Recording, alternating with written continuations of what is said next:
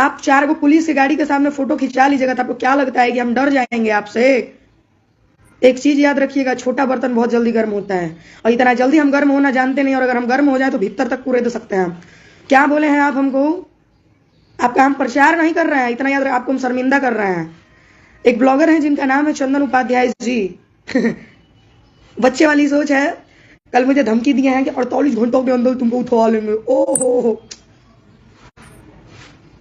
कहाँ बाड़ू माई, कहाँ है कैसे कुल आदमी के जमीनिया पर भेज देवे, मेरा कुछ होते नहीं के। खैर, उसके बाद मेरे पास समय का बहुत अभाव था, ठीक है, मेरे पास समय का अभाव था, इसलिए हम उनसे मिल नहीं पाए।